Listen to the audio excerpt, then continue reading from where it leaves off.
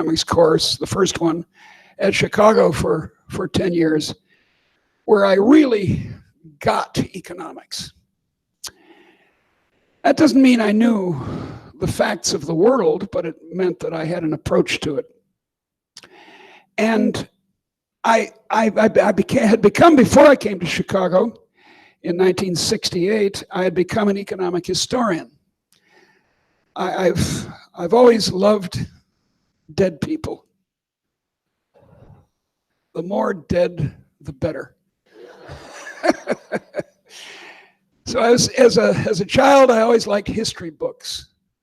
But then when I went to Harvard College, I was going to major in history, and I found that if you majored in history, you had to read a lot, which I found irritating. And I wanted to help the poor. I was a kind of folk-singing Marxist. That's what I still want to do. My sole purpose for being in economics and speaking to you is to help the poorest of the poor. I don't mind the rich. I have some rich friends. They're all right. But they're not why I care about economics. So I switched to economics and gradually became what I came later to call a liberal. Not, as in the introduction she pointed out, not a conservative. In your country and mine, the word liberal has lost its original and honorable meaning. What the word means is the advocacy of a society consisting all of free people. As the Romans would say, liberi, non-slaves. Non-slaves. And so no slavery of women to men, no slavery of adolescent children to adults, no slavery of slaves to masters, and above all, for the modern world, no slavery of citizens to the state. So I gradually became that. On the way, I became something of a humanist. As she mentioned, I was a professor of English and actually taught courses on the economy and the novel, for example. And I taught courses on the history of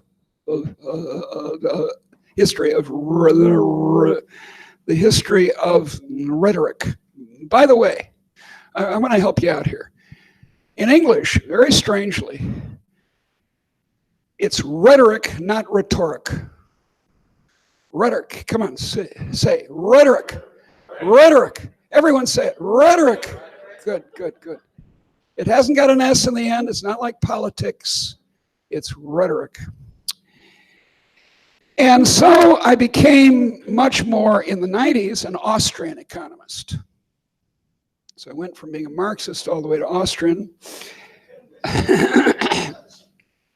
And I came finally, I think, to what I could call humanomics.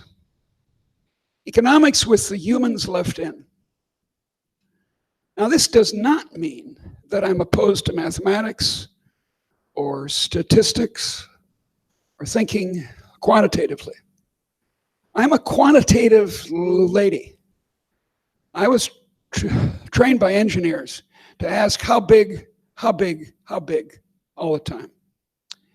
And that's the key to understanding the modern world and to understanding how Argentina became rich.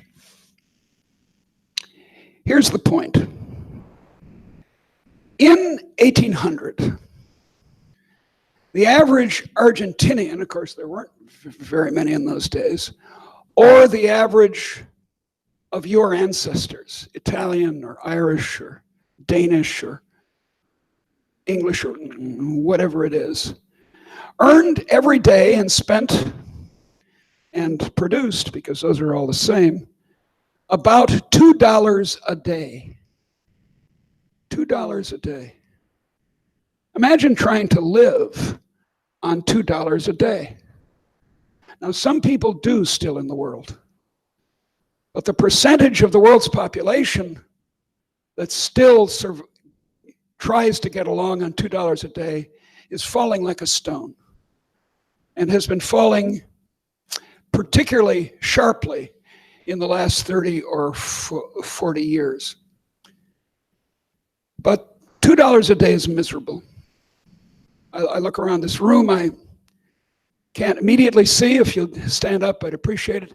Any Habsburg descendants here? Any descendants of the crowned heads of Europe or Asia or Africa? I don't think so. I think I see a mass of peasants, right? That's certainly true of me.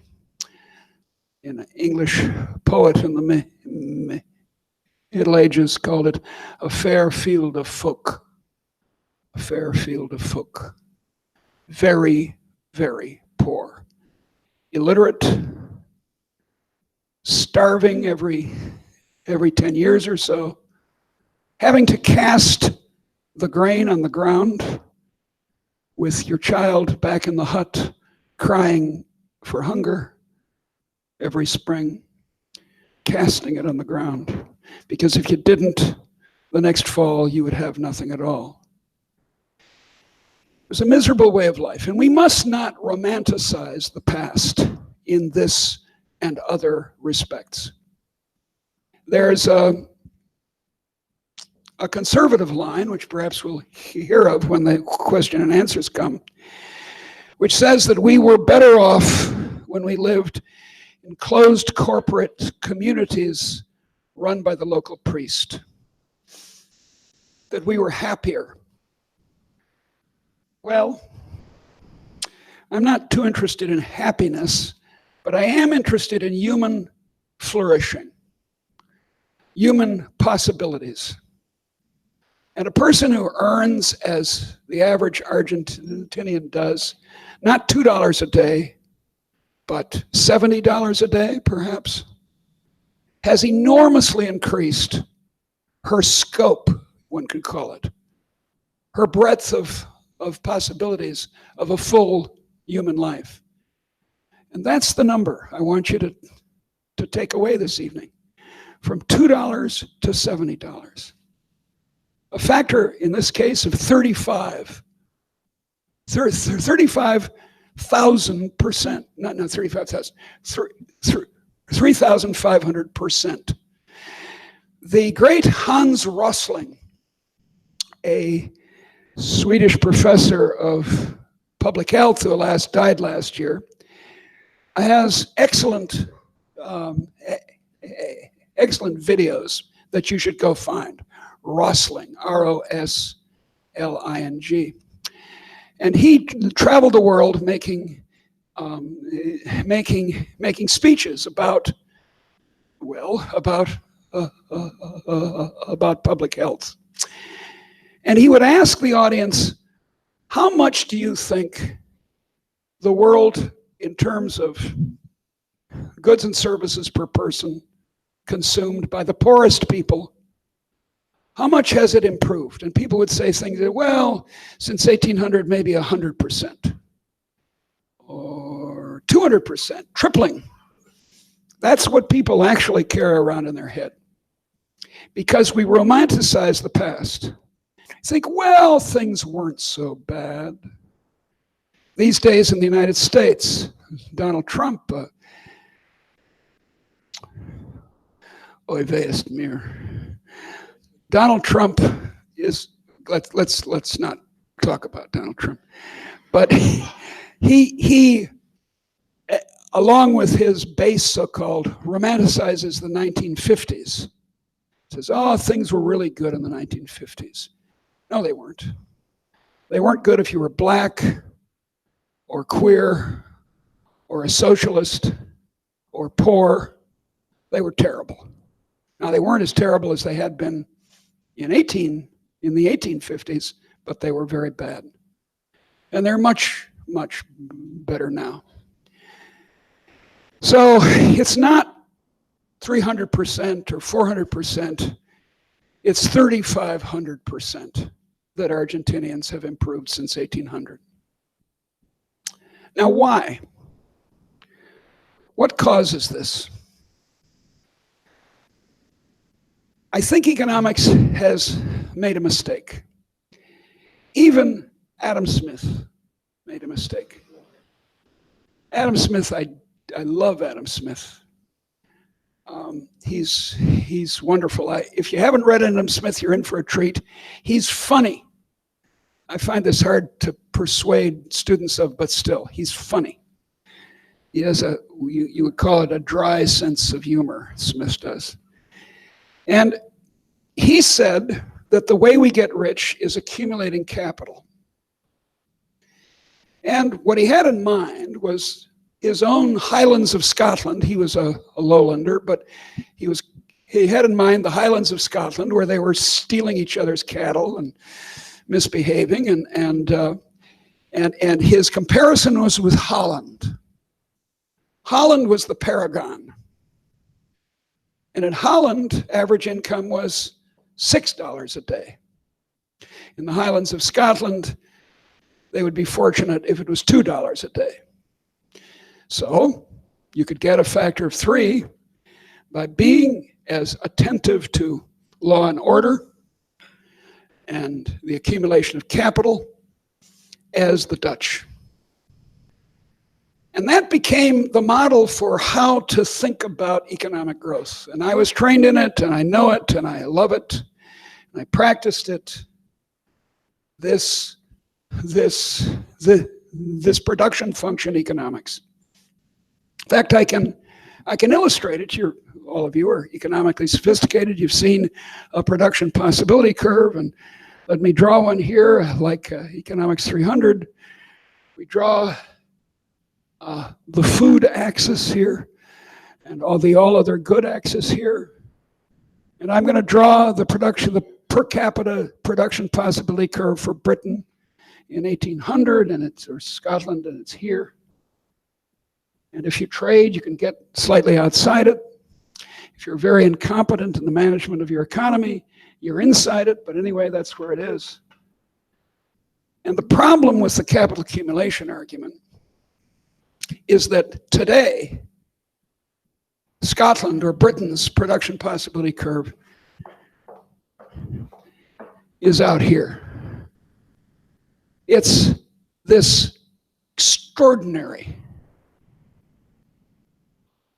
unprecedented, nothing like it, change in the human condition, with the result that we, these peasants, these descendants of peasants, can come of an evening to talk about the philosophy and history of economic growth.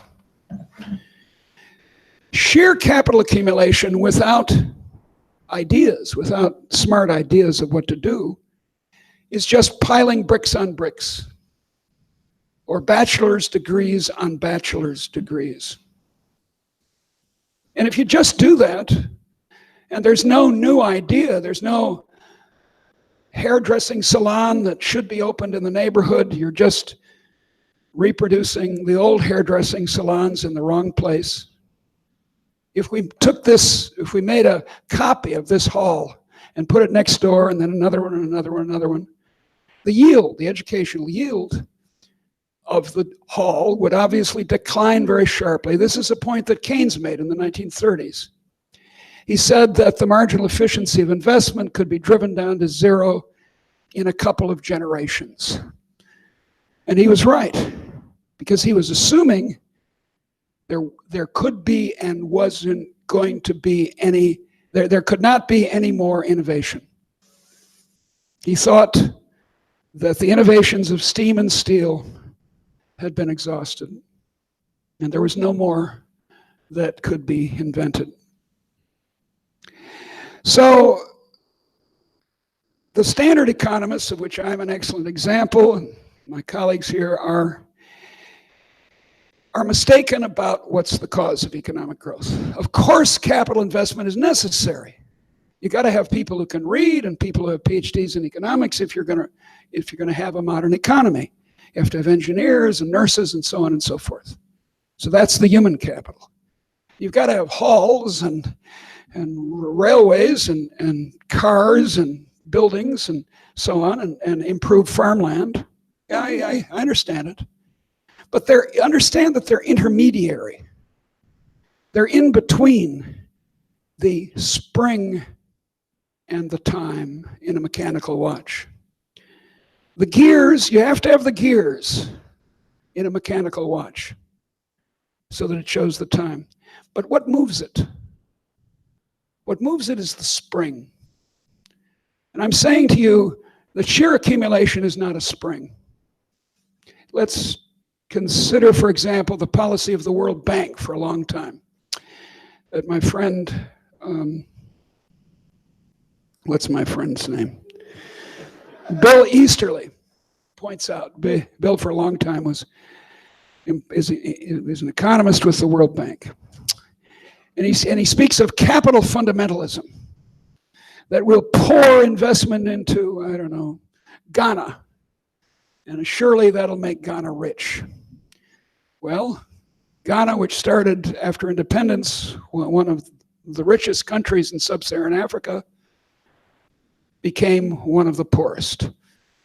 It's really the story that's being enacted right now in Venezuela. Investment isn't where it is, and certainly central planning is not where it is.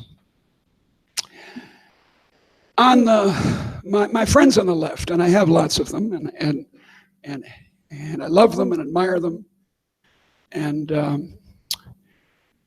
but they're wrong. I'm fond of saying that Marx, I say to my conservative friends, Marx was the greatest social scientist of the 19th century without compare. And anyone who's read Marx will probably agree with me, if you've read Marx seriously. And they get very angry. My conservative friends say, oh, Deirdre, you're terrible, I hate you. And then I turn to my left-wing friends and I say, and he was wrong about everything. And they say, Deirdre, I hate you, which is why I don't have any friends. But on the left, they argue that modern economic growth is a matter of exploitation.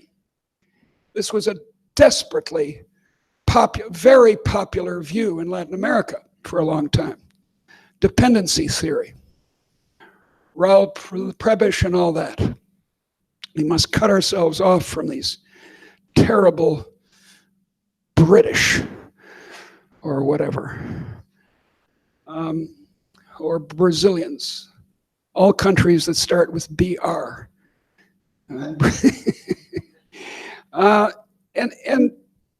This didn't work either, because exploitation is not how countries become rich, and fighting against exploitation is therefore not gonna get you very far, although I'm against exploitation. The other Marx, Groucho Marx, was a great comedian in the United States in the 1930s and 40s. He was a movie star. And a friend of Groucho Marx's came, a communist friend of his, said, Groucho, I'm out of a job. It's in the 1930s, in the midst of the Great Depression. Groucho, I've got to get a job. You're a powerful man now. You give me a job. And Marx, who had a cruel sense of humor, said to his communist friend, George, I wouldn't want to exploit you. And sent him away.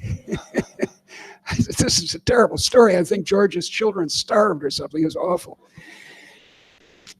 So on neither the conservative side of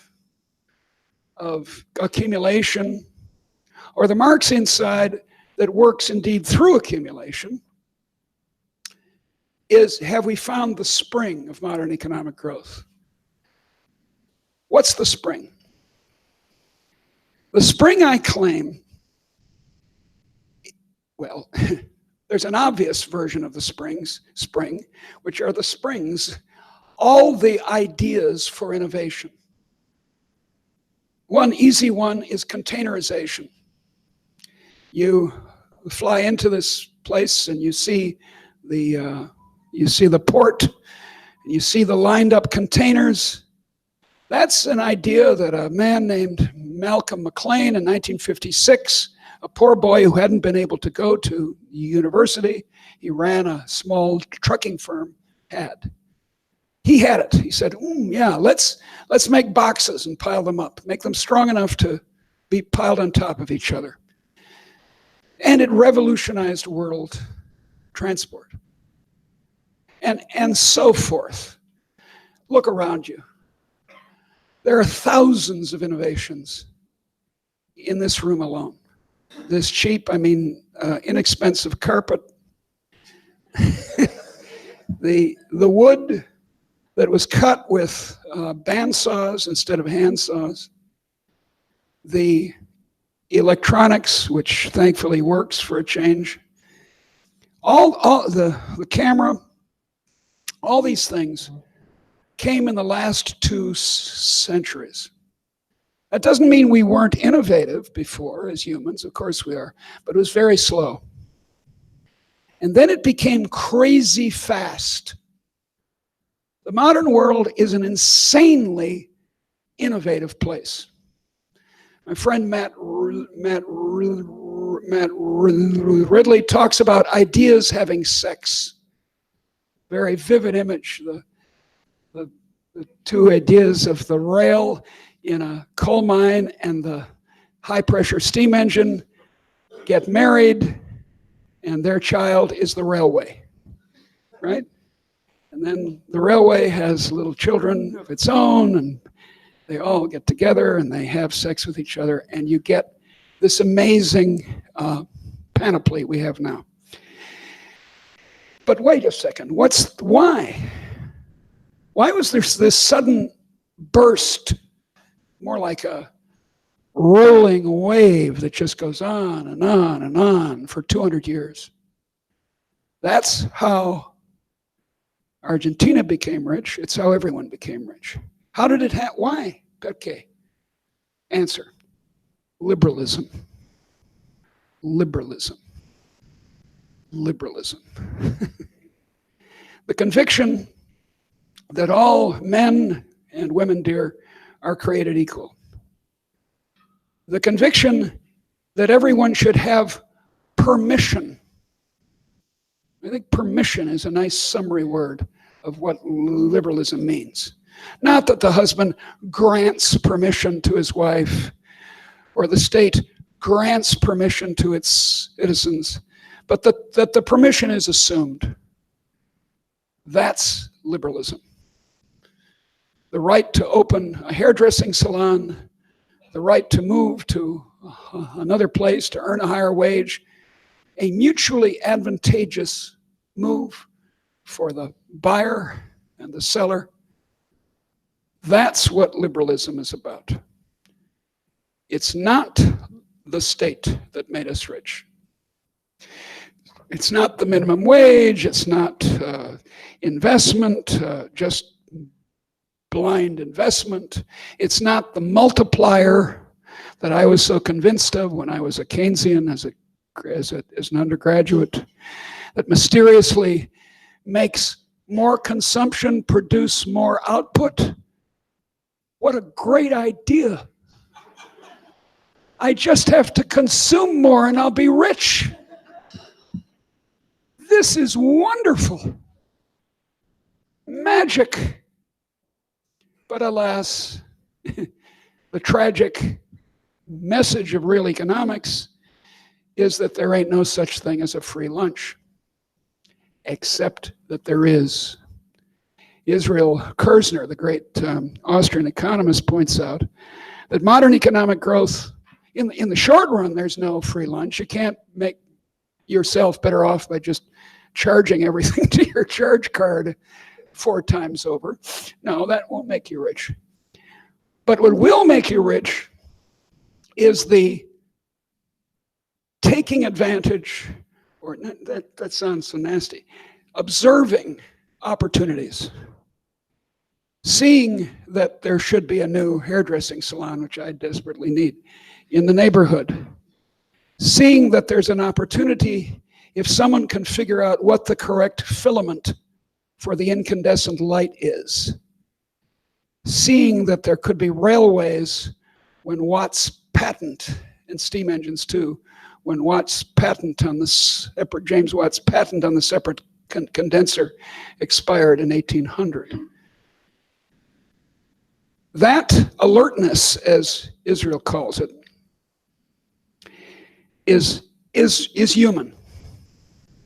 My argument is not that it's not psychological. It's not like Max Weber. It's not that entrepreneurs became more alert. People have always been alert. What changed in the 18th century and then changed back in Argentina in the 20th century was an admiring attitude towards the entrepreneurs. What, 5% of any population, I don't care if it's Australian Aborigines or Argentinians, is entrepreneurial. Whether it's in soccer, Maradona, or is in engineering or in economics. But what the attitude of the general population is, and therefore what the politics is, that changed. And that change is called liberalism. Adam Smith, Mary Wollstonecraft, Voltaire, Thomas Paine, John Stuart Mill, Milton Friedman, Hayek, etc., etc. That's liberalism, and it's what changed. It's the novelty in the modern world. And it's the novelty in Northwestern Europe. Because if it were, as my dear friend Joel Mukir says, science, Joel and I are very close intellectually on this because we both agree that ideas are what caused the great enrichment. But he says, oh yeah, science. And I said, Joel, science is a European-wide phenomenon. And indeed, in 1492, China had much better science than the quarrelsome Europeans did. No. It's the peculiarly liberal development, not complete, but starting in Holland and England and Scotland and the English colonies in North America, that gave us the beginnings of this amazing explosion. So that's my argument. Then you can ask, what caused the liberalism? And for that, you'll have to read the third volume of my trilogy.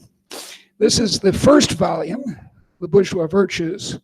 The third volume is Bourgeois Equality, Why Ideas, Not Capital or Institutions, Enrich the World. The first volume, Bourgeois Virtues, has been translated into Spanish. And the second volume, which I carried from Chicago, got stolen the last time I gave this talk. I'm very happy. I'm glad that some student got the book and will become a follower of my ideas, or will use it to prop open a door. So that's it. That's the story. That's what they call in the trade the executive summary. You can see a lot of smaller contributions, aside from the books, about this on my website, deirdremccloskey.org. And you can ask yourself, do you really think it's capital accumulation or exploitation? And I think if you think it through, you'll see that in your own life, ideas and the permission to exercise the ideas is crucial. If you have a really good idea for a career, it's not that hard in a modern economy to get the investment to do it. So look, we're moving towards, in this argument, towards this humanomics that I mentioned to you. Economics with the people left in, with the humans left in. And economics that has the math and so on, because you need the math and the statistics to know the facts, the astonishing facts of the increase in income per head. So what to do? What to do in Argentina? Well, all I can say is that you need to persuade the journalists, the artists, the filmmakers, the rock musicians, those at the frontier.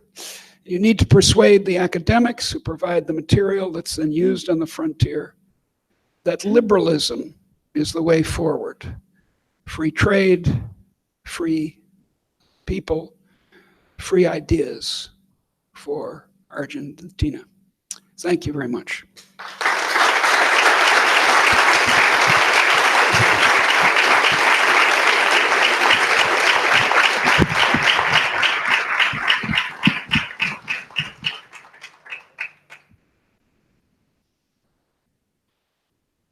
Hello. Okay, thank you, Professor. It's on? Okay. Thank you, Professor McCloskey. We are very glad to have you visiting Argentina and our university. I also want to thank Fundación Libertad, because that foundation has helped us in bringing this visiting professor and having the opportunity to listen to her. When it was mentioned, I was student in the 70s at the University of Chicago, and I was taught price theory by Professor McCloskey, not history. I would like to have had the opportunity to listen to the history classes, and I am delighted. I am not an historian, but I was forced to do some sort of research on the Argentinian economic history, and I started to do some work 5 years ago because I wanted to understand populism in Argentina. Why we are repeating election after election and year after year, and how we have been trapped in a situation where it is very, very hard to get out of populism. And I think that the fundamental idea of liberty or liberalism is a very important way to go ahead and to improve the welfare of the people, and to have Argentina to grow significantly. But I think that we are full of ideas. I think that Argentinians, they are very creative in different ideas, but it's very, very difficult to go ahead in a situation where we are totally suppress those initiatives by a tax system, by asking to ask for permission, how you say, for doing anything, permission for anything. And so we have a lot of very smart people migrating abroad because they are able to really exercise freedom in the way that you mentioned. But anyway, I am here. I am fighting for improving this country in the best way that we can. I have some frustration in the lack of success that we have. But going back to history, I think that we got in populism in a way that other countries in the world didn't go, and maybe some European countries, or maybe the United States now, they are exercising some sort of populism. And I would like to hear from you, Professor McCloskey, what is your view of the dynamics of populism in a democratic society? Well, there's always been this problem with democracy. In the ancient world, they sneered at democratic elections as mob rule. That was the worry. I think I'm very much in favor of majority rule, because not because it produces good policies, it often does not, but so does the rule of experts often produce bad policies. It was experts who got the United States into Vietnam. It's experts who got the United States to invade Iraq. So I'm in favor of democracy, but it has this problem of mob rule. So what we need to do is to, and I think we all agree on this, I'm sure that everyone practically in the room does, we need to emphasize that along with democracy comes rights for the minority. And in particular, the continued permission to do what doesn't physically hurt other people. My freedom extends as far as your nose, good. And I think what's happened is that in a way the populace, the people have been infantilized. They've come to think of the government as their mother and father. And if something goes wrong, where were my mother and father? And we must try to work against this and to persuade people to want not to be children forever, but to be free. There's no policy, there's no quick policy that can do it. And I think you agree with me. It's a matter of ideology. This idea that the government will give me something and I can tax other people to get it is characteristic of Argentinian politics and is not far from American politics. Look, I'm old. My medical care is paid for by young Americans, completely. I've had 2 hip replacement operations, because I had arthritis in my hips. That's pretty expensive, although it's become routine, I'm glad to say, both in our country, in this country, and mine. But it's still pretty expensive. I paid not a cent. So when I speak to young audiences, I say thank you. I'm getting an old age pension. We call it Social Security in the United States. Come on, I shouldn't be getting an old age pension. I'm a fairly rich person. Well, it's not the right word. I'm well-to-do, as we say. I shouldn't be taxing young people to give me money. And yet, it's tempting.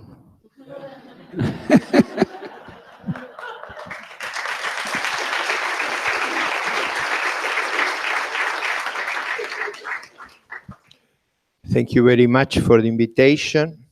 I have been a student of McCloskey in a famous applied price theory. I arrived to Chicago, I thought at that time very well trained in economics, but I learned in the McCloskey course that I need a lot to be a good economist. These two are very good students. Yes, true. They get an A for flattery.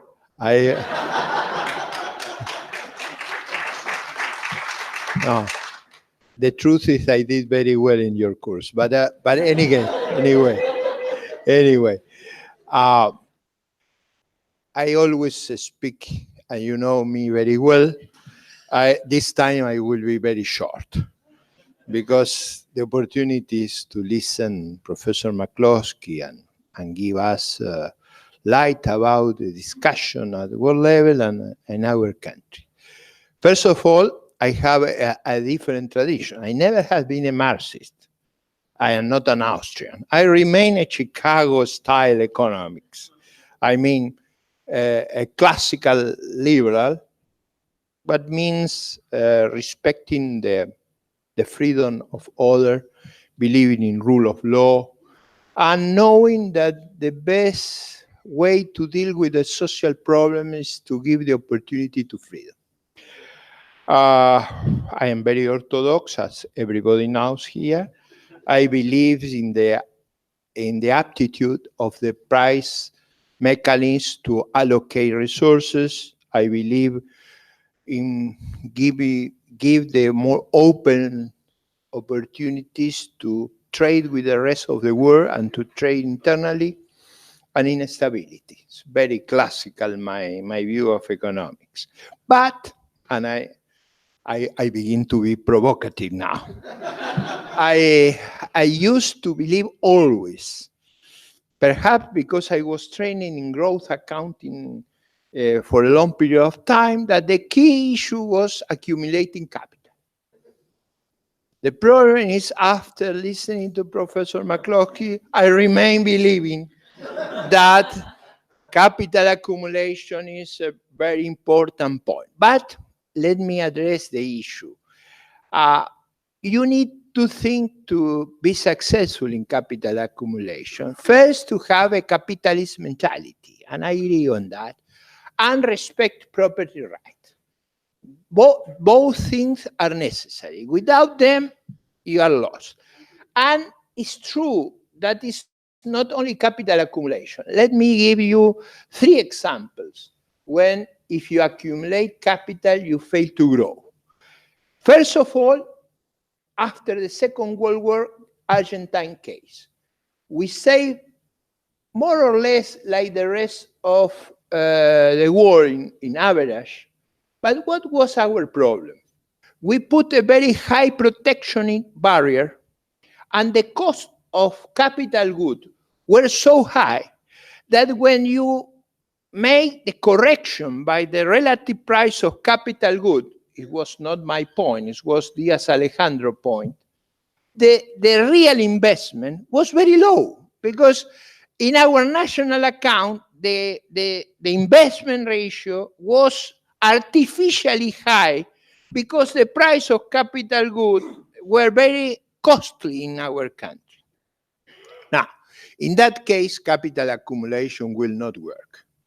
The second case is the Kirchnerich. Kirchner was our former government, the populist government, our nightmare. What the Kirchner did, they allocate the capital to very unprofitable business through subsidies, to privilege.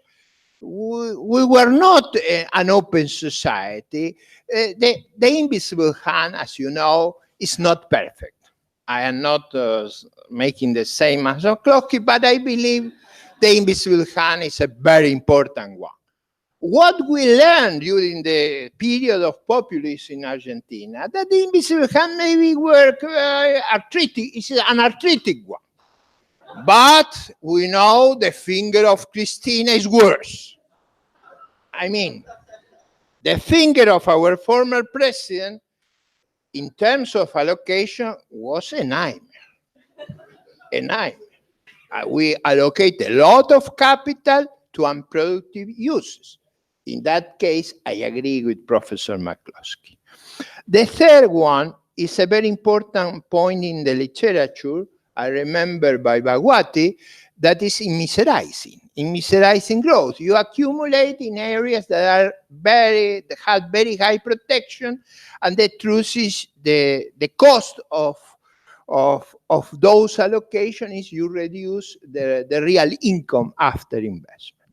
In any case, I believe if you have an open economy, a property right, and a good price allocation, I remain believing that capital accumulation is a very good thing. And that explains why I always oppose to fiscal deficit, because fiscal deficit is in the end this saving. And this saving is very bad for increasing our productivity. Well, The fourth point, I fully agree with you. We suffer what economists call the anti-capitalist mentality. It's the anti-entrepreneurship. That is the main problem in our society. In general, my explanation of why we have been very successful, I want to tell Professor McCloskey that once upon a time, we were successful. For example, between 1890, at the end of 19th century, until the Second World War, the growth rate of Argentine economy was higher than United States growth. The inflation was lower than the United States. I mean, between the end 1890 until 1945. Now, what explains that we moved from a very successful or economic institutional organization to a populist one? I don't have an image in the problem, but my point is the key question is why we did the move. And I believe one explanation was the problem we suffered during the First World War. You remember we were very open. When the war exploded, we have a very high rate of relationship between export and GDP. And when the trade was reduced dramatically, we suffered a lot. And we suffered again a lot during the 30s because the price of our export fell dramatically. I believe the leadership of Argentina, not only the Peronists, but all our leadership, believe that closing the economy, isolating ourselves from the world, was the road ahead. That was a terrible mistake. But something had happened that we don't have a good explanation to move from a very successful organization to a very bad organization. But let me ask you a question, and that was for us a lot of discussion in the past. Many of our friends, and I would say even myself, believe that the key explanation of our success at the end of 19th century, beginning of 20th century, were institutions. The other explanation that I'm afraid we have to incorporate is culture. Culture, I mean ideas, belief. I think the best way to use your knowledge is to ask you, tell us, what is your insight in this issue that is perhaps the answer to many questions that we have about ourselves? So surely we need societies in which people are free and diverse. Because what we're trying to figure out is why such amazing innovation is in the modern world. Now, the examples that you've given go to show that correct, sensible, and large applications of capital are necessary. But that's not to the point in my argument. Those are the gears in the clock, in the watch. But the spring is human creativity. And as you said, our Argentinians are just as creative as anyone else. I have no reason to suppose you aren't. I'm going to see new tango tonight. And the problem with focusing on good institutions, rule of law, and capital accumulation is that that's a very common accomplishment. It's happened in lots of countries. In 1492, you would have bet on China as the place that would have the great enrichment because it had excellent property laws, very good investment. After all, they made the Grand Canal and the Great Wall, and it was an extremely commercial society.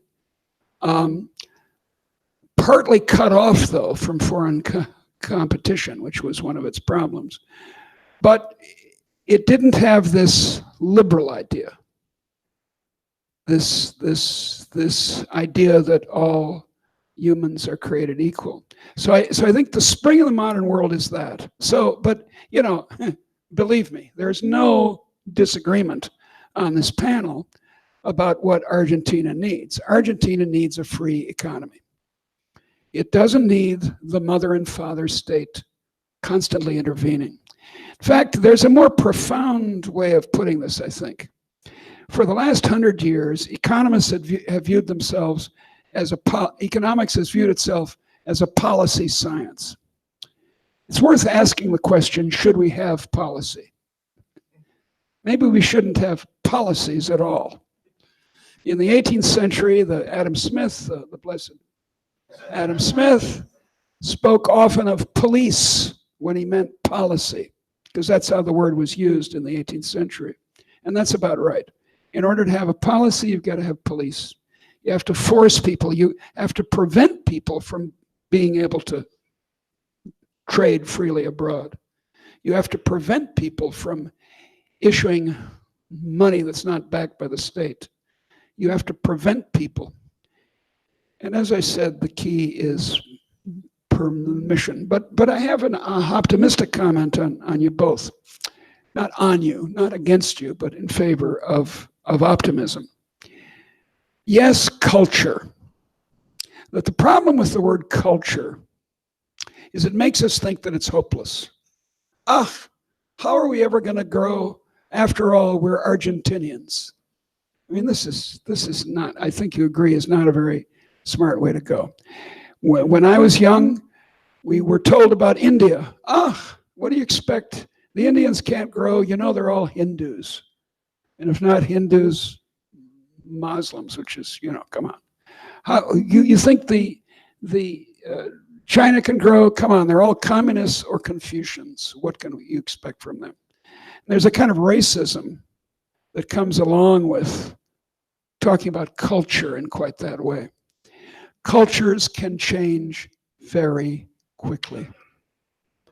The culture of Europe was hostile until the late 18th century to liberal ways of organizing a society.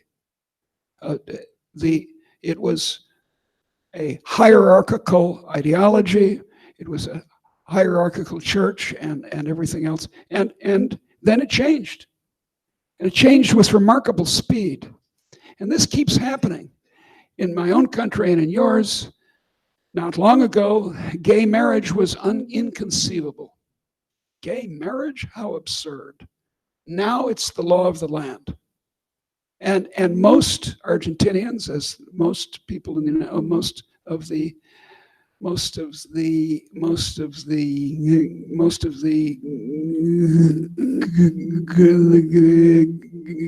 gringos approve of it. So let's not give up hope. We can bring Argentina and after its terrible experience, maybe even Venezuela, to thinking of itself as a free society in which people have a go and try out things. And of course they need capital and the rule of law, but they also need water and sunlight. So necessary conditions are not the spring, they're not sufficient. Okay. Thank you. We have a few minutes. If somebody want to ask some question from the audience, yes, we have a question right there. Yeah. Please do it. If we have a microphone, please do it. Because that'll be good.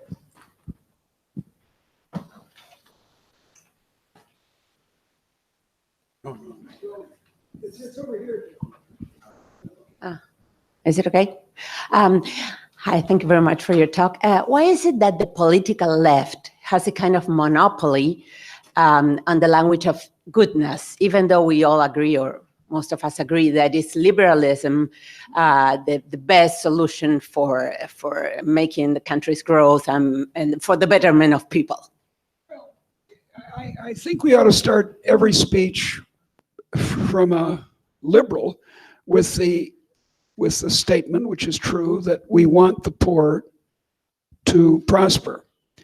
Our policies, our non-policies, if you want to call them that, actually do help the poor. How much? By 3,500%. Whereas the redistributions, which seem so obvious, help them maybe 50% this year and then not anymore. So economic growth is the way to help the poor. It's the way our poor ancestors allowed us to enjoy an education.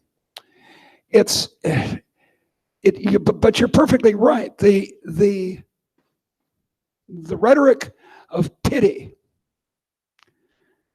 is very strong and should be. We should care about each other. As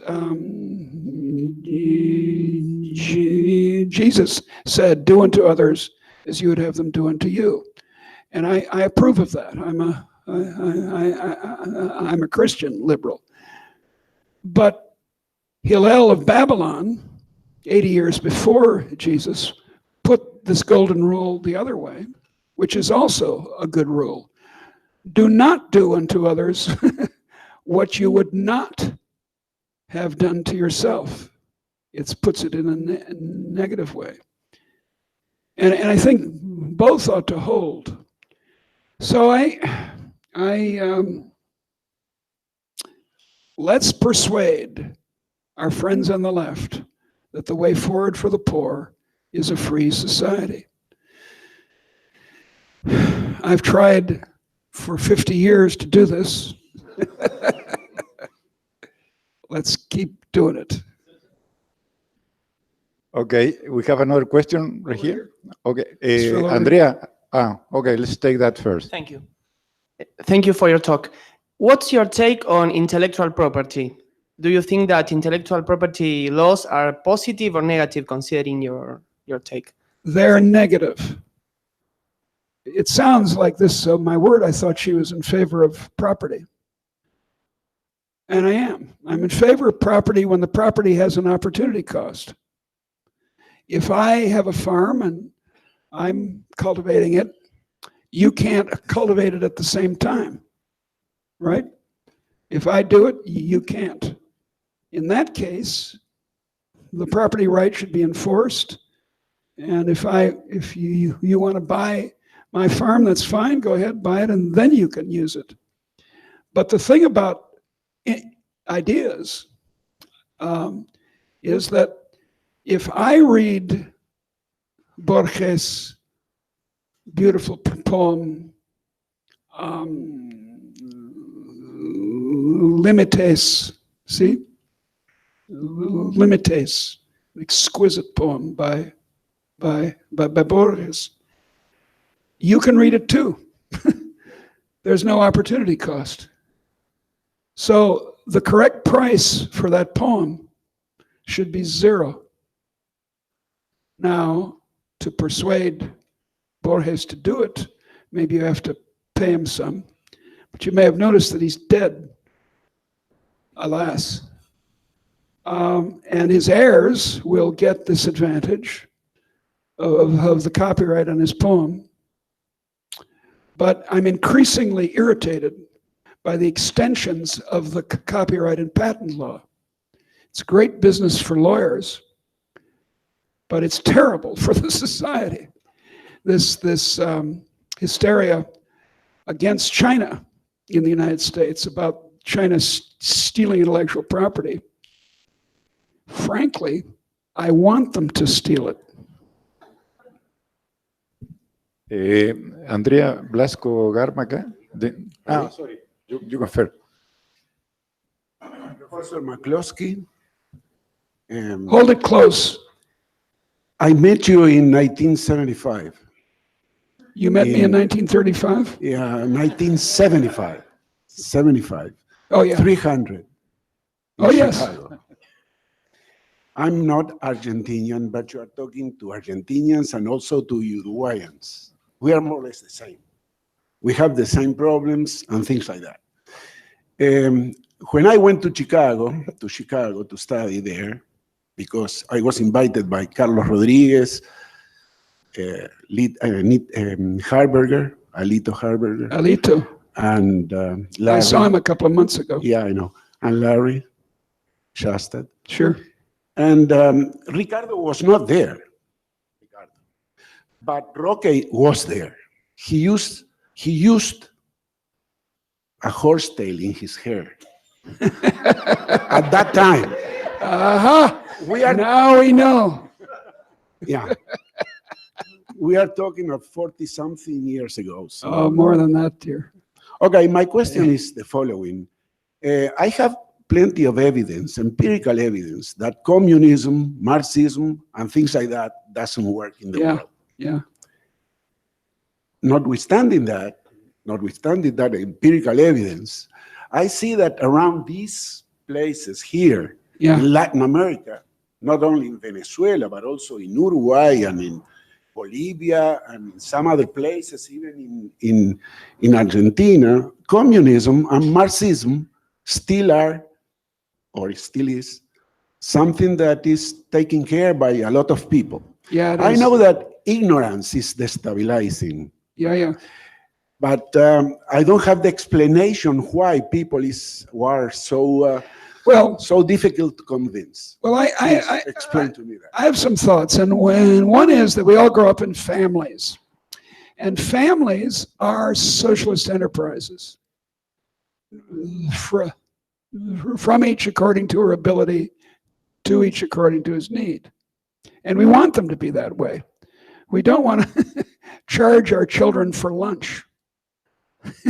We don't want to have an internal market in the family. And mom in a traditional household, the mother is the central planner. And the father is the, I don't know what exactly the father is in this. He's the, but it is a socialist. And when a child becomes adolescent and is a middle-class child and notices that there are poor people, it's very natural for her to suppose, well, let's just make the family bigger. Let's make a family of 45 million people. And there's a connected point that my friend, another student of mine, Lawrence Iannacone, makes. And he points out that in a modern economy, our jobs are very remote from obvious production. I mean, if you're a peasant agriculture, subsistence agriculture, you know very well that if you don't plant the seed, you're going to starve. Input, output is completely obvious. Whereas most of the jobs that we have these days, you know, it's kind of mysterious. Maybe in the long run, they produce a bottle of water or something, but we don't see it happening. And so there's a tendency to think of income as just coming down, as some sort of tax or subsidy that comes mysteriously from the ether. So there are some headwinds for liberalism of that character, but it's crucial for people, and it's very hard to explain to people that family and friendship doesn't work with 45 million people, not to speak of 330 million.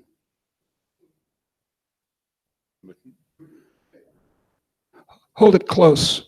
Hello. Hello, how are you, dear? To me, one of the most important lessons I have ever had is in the Bible, the Tower of Babel.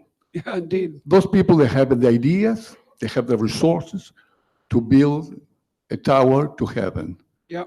And all of a sudden, they ran out of rules. Yeah. They made to be, don't understand each other. Yes, that's they have right. to speak different languages.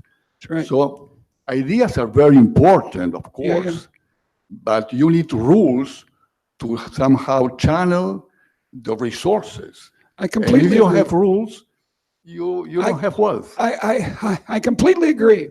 But you're making the argument that we've heard again, that about a necessary condition. We need a common language. Alas, it's becoming English. When we need rules, you're absolutely right. We need the rule of law of some sort. And you're right. Yeah, I completely agree that it's necessary. But what makes for a dynamic economy are not rules. You can have rules and capital accumulation in tremendous amounts and have a stagnant economy. It's allowing people to have the permission to try out things. I think you'll agree. That's the creative part. And that's the part that makes the rules worth having. So rules alone aren't going to do it. I mean, obviously, I think you'll agree with that. That there has to be this human creativity. My point is that to have liberty, you need the rules too. Of course you do. No, there are no rules. Of course you do, and I'm not against rules. Some of my best friends are lawyers, but you know, let's not go around in circles here. You also need air. Of course. You also need oxygen, right? But that now is free. To now it's free. Okay. Let's think of something that's not free. You need a water supply, which is not free. You need to invest in the water supply. But you wouldn't want a water supply theory of economic growth. It makes no sense. It's necessary, it's helpful, but it's not the dynamic thing that makes what made water supply remarkably better was the invention of sewage treatment plants and the great discovery in 1850 by Dr. Snow that cholera is caused by drinking sewerage. And those, the 1850 came first, and then about 50 years later, we started to be able to process sewerage. So that's all good, but those came from ideas. Those came from human insight and novelty. And what we need to know is why the modern world is so incredibly fruitful in novelty. Why are we so good at it? There was Roman law. Roman law is very good. Chinese law, very good. No dynamism. Why?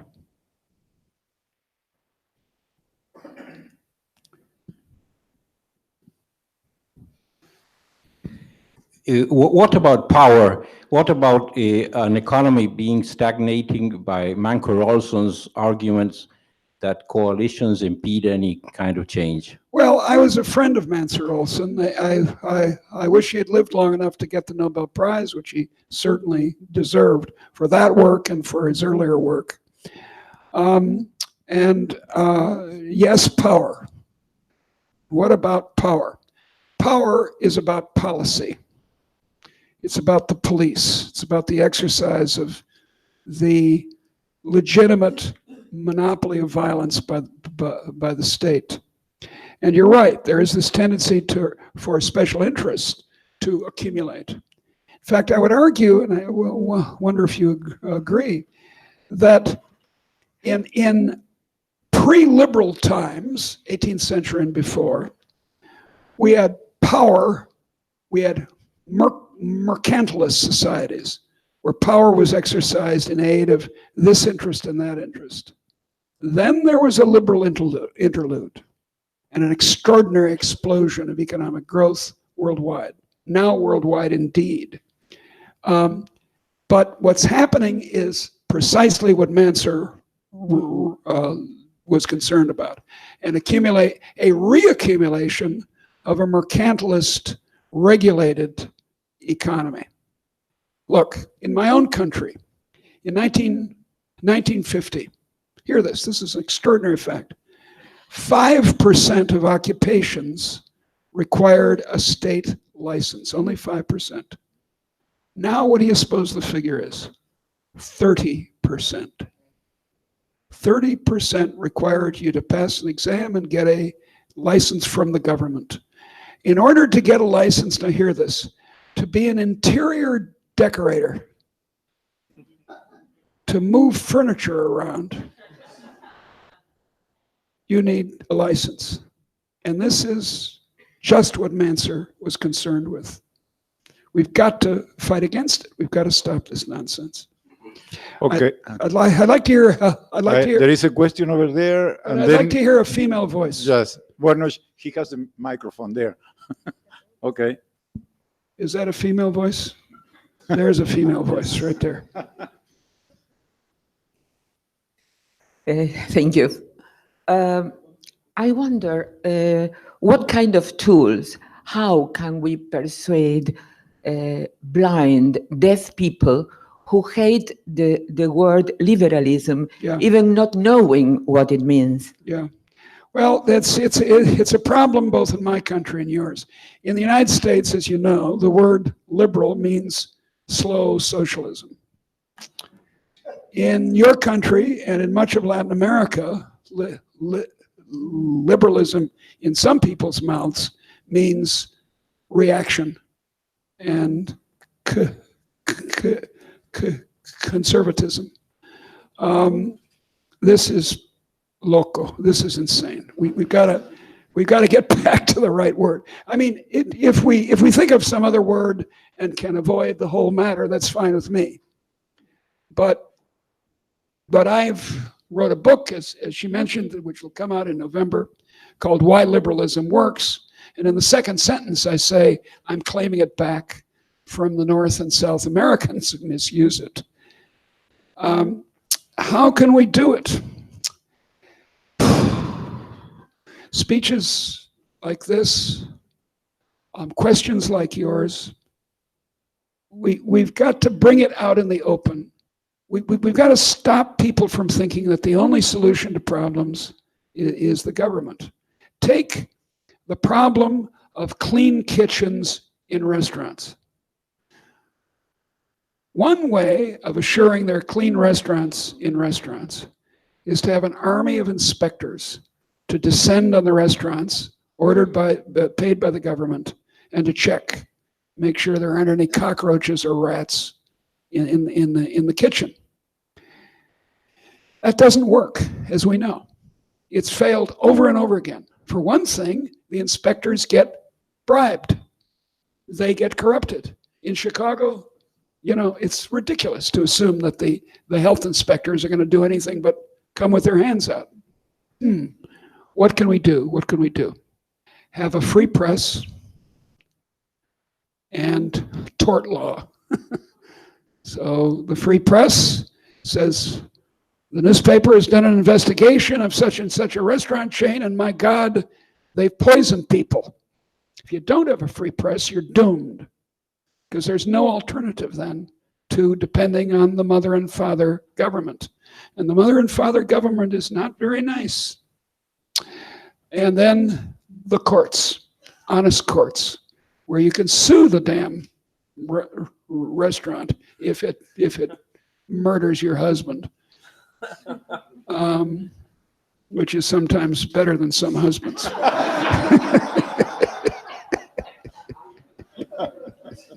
I'm sure it's not true of you, dear. So anyway, that's an example among hundreds that any of us here could give of how a free society does really a better job of protecting people. Because the argument always is safety. We need licenses for interior decorators, because suppose you put the couch in the wrong place. Oy, what a terrible disaster that would be. Okay, we have time for one last question, please. Okay.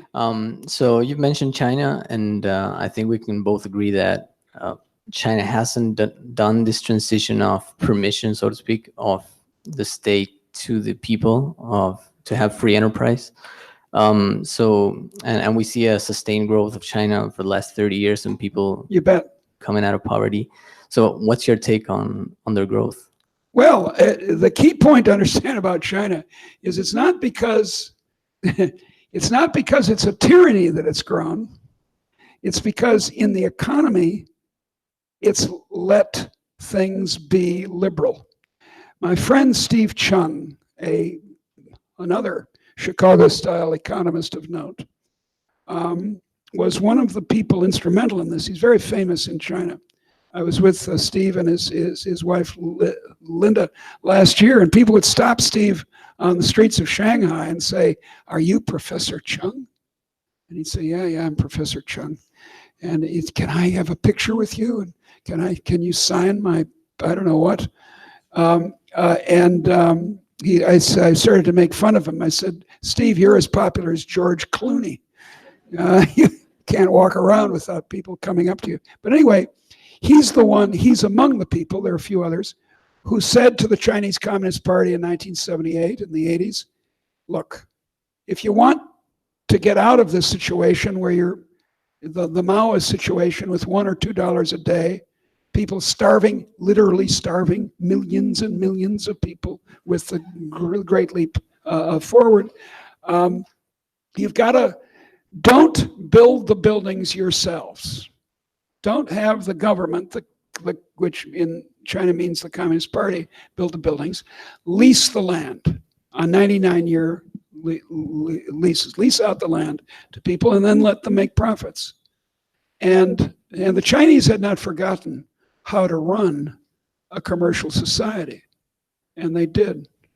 I went to Shanghai. The first time I went to China, I went to Shanghai, and my students took me to the Bund, which is the old center of European commerce in Shanghai. It has these very nice buildings from the 1920s, when the Chinese were all poor. But what was spectacular is across the river from the Bund was the Pudong district, with 10 kilometers back of 80-story skyscrapers. It was astounding. I was, as the British say, gobsmacked. That's what happens when you let people alone. Now, the Communist Party is a vicious tyranny. And unfortunately, sometimes the vicious tyranny does the right thing, but now under Xi, it's starting to do the wrong thing. And growth rates in China are falling. They're introducing labor regulations. They've put 2 million Uyghurs in concentration camps. This man is a monster. It's a reinvention of Mao. And if he carries out his wishes, he'll have an ant colony of uncreative Chinese, and they'll never really become a rich country. I'm much more optimistic about India, which, crazy though it is a democracy, is a free country. Freedom, libertad.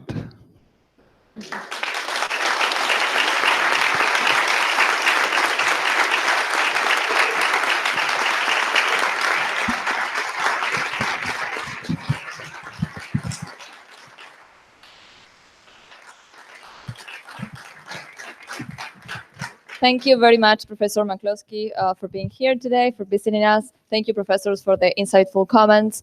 And thank you all for being here and for being so attentive during the whole conference. One more thing, on behalf of Fundación Libertad, we want to thank as well this university for helping us organize this event. And one last announcement for tomorrow. If you want to listen to McCloskey again, Professor McCloskey, tomorrow we're going to have a conversation that she's going to share with Professor Beltramino and also Martin Krause in SEAD at 10 a.m. in the morning. So if you are interested, you can come right ahead and I will get you a ticket for that. You don't need a ticket, but at least I need to know if you are going to go. So thank you very much.